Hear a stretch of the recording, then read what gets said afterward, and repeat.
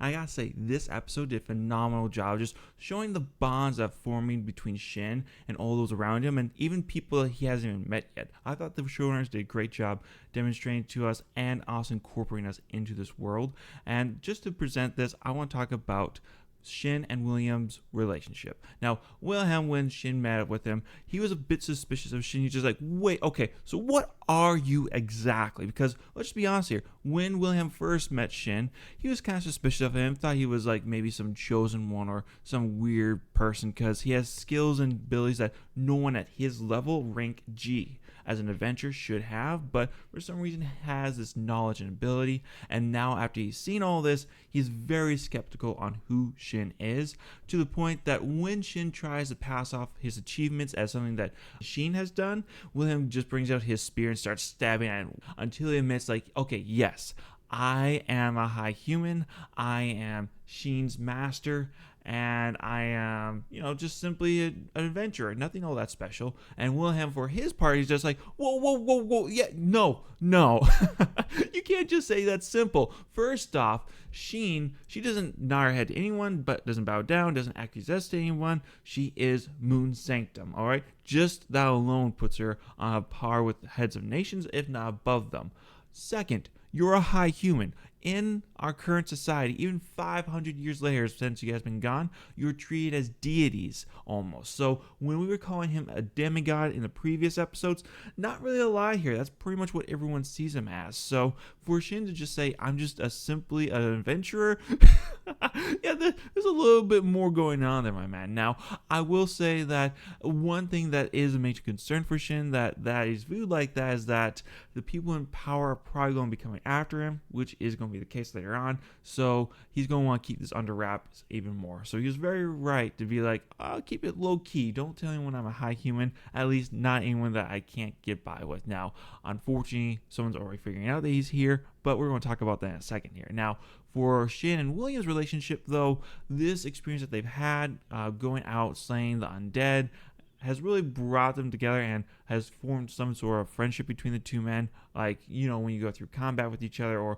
when you go through a struggle with somebody, you form a bond with them. And that's what we see happening here with William and Shin, to the point that when they get to the capital, Shin gives him his information and an instant card that will allow William to contact Shin if something goes wrong at the church and he needs some backup. William at first is hesitant to accept it because, well, he doesn't want to drag Shin into it, but Shin's like, nope, I'm in too deep right now.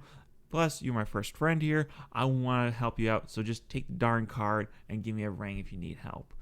Which William accepts with a grin on his face, and the two men separate after that, with William and Luda headed back to the capital, and Shin and Shin head to Moon Sanctum. Now, as the two parties are splitting up, we get a great little scene of the princess of the country. Now, the princess, as I was saying, on the political side, people are already recognizing that he's there, especially on the political side. Well, her and her captain of the guard have recognized that this was done by a high human that took out a whole bunch of the undead and was able to just cast away a highly valuable weapon as it was nothing. And plus, the weapon they have is forged by the ebony blacksmith that they know as Shin. Now, for the princess part, she has some interesting aspects to her. She's not only a battle junkie who wants to fight him, but if that doesn't succeed, she also wants to marry him. Now, this is an interesting aspect. There's a couple layers here. So for one, she won't find a better match, at least on a masculine power scale, than Shin. So there's that scale.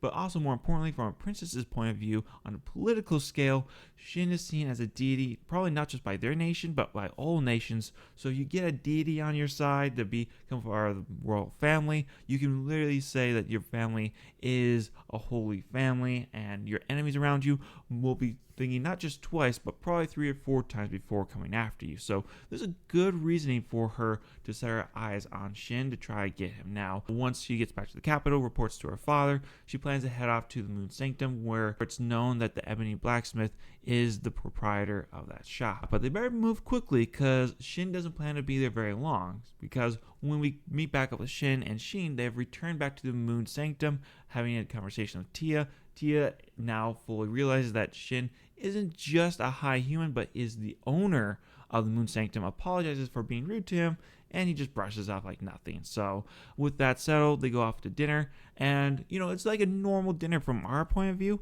until Tia notices the ingredients are legendary creatures just like the sword that we saw earlier, and she's completely shocked at it because the magical ore coming out of it is so frightening that she's hesitating to eat it. And when Shin says like, oh, I'm not sensing anything, is that normal? And Sheen is like, yeah. Everything has a magical essence. Once you kill it, it's the magic that's imbued in materials, and it's kind of strange for people to eat it, according to Tia. But both Shin and Sheen just continue on the meal as nothing has ever happened. Now, at this meal, something interesting is actually let us know is that all of Shin's subordinates are still alive, and one individual in particular, a beastman by the name of Gratis, is still waiting for Shin. Gratis is the surprising one because beastmen only have a lifespan of 150 years, and it's been over 500 years since Shin and him have last met. And when they last met, he was like in his mid-20s, maybe 30s. So at this point, he's probably 530, maybe 540 years old. So how he's been able to hold on so long is probably that he's wanting to meet up with Shin for one final time. So upon hearing this, Shin's like, okay, any issues for us to leave tomorrow right away to go meet up with him? Because he would like to go meet with him before he passes away. And I mean, at his age, could probably be any day. So Shin would like to get there as soon as possible. Sheen says absolutely. She just has to go to the kingdom and report what's going on. But with that, they can just pack up and head off on to meet up with their beastmen. Now, Tia is like, oh, wait, do you want me to stay here and monitor the shop? And that's when we learn that Shin has this great ability as the owner to just summon the shop into a little coin like moon and taking off with no issues at all. Completely shocking Tia once again, but, when you're a high human like Shin, the impossible starts becoming reality. Now, with that settled, everyone separates and Shin heads to his room for the night, which is a nice setup, I gotta say. So, well done, Shin. You set up well, and thank you, Shin, for leaving it be. And it's normal, nice night until you feel something heavy, soft, and tender. I'll let you guys imagine what that would be. And if you thought it was Shin sleeping right next to Shin, you'd be right. Now, Shin, at first, he wants to wake her up like, hey, this is not good. What are we doing here? Until he notices the tears coming out of her eyes, and he hears her mumble very softly, very delicately, master. So it wasn't just Gratis that couldn't let go of their master being gone. It looks like also Sheen couldn't handle him being gone for so long as well. So not wanting to cause her any more stress, he wipes away a few of her tears, and he falls back asleep with her at his side. Now, that's a very sweet scene, and obviously the bonds between master and apprentice or subordinate are stronger than we would have thought, and I'm hoping we see that relationship develop more throughout the rest of the season, because it seems like it's a very sweet relationship, and I would love to see that get a little more development personally. Now, with that said, another interesting relationship that's being formed is the one between Shin and Yuzuna. And when Shin wakes up that next morning, Yuzuna isn't in her fox form anymore. She's transformed into a human child. Now, she as a human child, unfortunately hasn't any clothing yet, so Shin, as a proper adult, he quickly goes into his inventory, throws out a proper dress for her to wear, so she has some actual proper clothing. She has a very cute kimono, so well done there. Very traditional, very well done. I don't know what you would do for a European traditional dress, like maybe just a simple ball gown or simple suit, I guess, if this was in more of a Western culture, but I don't know. But sorry, I'm going on a tangent there. Regardless, it's a very cute kimono, and we also get to learn some interesting information from Yuzuna, although, to be honest with you, it's not much. The information that we learn is the reason why she was in that house. Apparently, it was less painful for her to be there, and the symbols on the floor, from what Shin could surmise, it was to restrict darkness and ease pain. So exactly who set it up, though, we still have no idea. And we also learned that Yuzuna was using her power to prevent a calamity. What calamity it is, I don't know yet, but apparently she had to use a lot of her power, and that's why she was there. So I'm really looking forward to seeing what this calamity is, who was behind it. Does this calamity have something to do with that Dark Lord skull face that we saw in the previous episode that Shin and Sheen took out? I'm really looking forward to see what happens there. This must be a deeper aspect to the world, and probably has something to do with why Shin was summoned to this time frame from being allowed to log out of the world. So I'm looking forward to see what comes of this in the future. Now we also get to see that Tia, since she no longer has to be just a shop owner and can go out into the world, will also be becoming an adventurer on this trip. So they are heading off to go have a Registers Guild. But before she can, she needs to change her clothing. I mean, I gotta say, I love her white gown, but it's not travel wear. So she goes off to take care of that.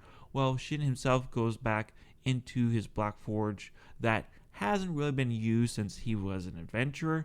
And they couldn't get in there because, well, it's the owner's shop. And without the owner opening it and allowing you in, you can't get there. So the shop has actually not even been resupplied for a while on blacksmith tools. So the Moon Sanctum has transferred from a blacksmithing shop that sells weapons to a kind of a bakery, is what we learn, where you just sell random produce that either Tia grows or takes care of or can produce. That's actually quite popular with their customers, but it's transformed what Moon Sanctum exactly was in the previous reincarnation. So Shin, he's gonna go make a couple swords to sell. Now we get to see a little bit of this, but the sword that Shin makes initially is a national treasure level, so pretty much you couldn't sell this to a common merchant. If you did, people would be very suspicious on why the Moon Sanctum all of a sudden has an extremely powerful sword that, isn't an ancient weapon. Pretty much would be giving away that the high human, the Ebinon blacksmith, is back. So he has to go and restrict his power down to just forging normal swords. Thankfully, he's able to do that well enough. And, by the time Tia is ready to go, he has a whole army full again of swords ready to be sold. So, well done there. Now, one last little tidbit I want to talk about is Tia's outfit. Damn! The artists weren't holding back when they made her outfit. It's a great adventuring outfit, full of mobility, really what you need as a female adventurer. You really went well with the less clothing for the female form. Now our boy Shin, he was caught slacking because when Tia came out, he took a good glance at her beautiful form, and he quickly looks away, but not before Tia caught on and her asking him what he thought about her breasts. And he's like, oh, well, they're absolutely gorgeous, and when he looks back at her, she has the face of death at him. So he's like, oh, my apologies. He's like, you are now having to carry the rest of my bags for the rest of the day. And Shinzo's like, okay, that's fair.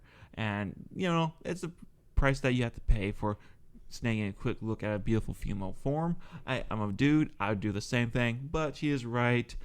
Gotta have a little respect for the girls, but still, it's a beautiful form, so what can I say? I would probably do the same thing, so price well paid, Shin. You guys let me know what you thought of the episode down below. I personally love that we had an episode just focusing on the bonds of the characters. It's kind of like a slice of life anime at this episode where we just got to see them more forging together. It brings you into the world more and really makes you care for the characters more than just constant fighting and moving place to place. Yes, I enjoy the action anime. I'm a big fan of it myself. That's kind of why I like isekai so much. But also having an episode that's just on the bonds of our characters is very important in my opinion. But you guys let me know, whose relationship did you like the best? Who do you think is the worst? And who do you think Shin will end up with at the end of the season or at the end of the series? You guys let me know down in the comment section below. I look forward to hearing from you. Leave a like and subscribe, and I'll catch you later. Bye.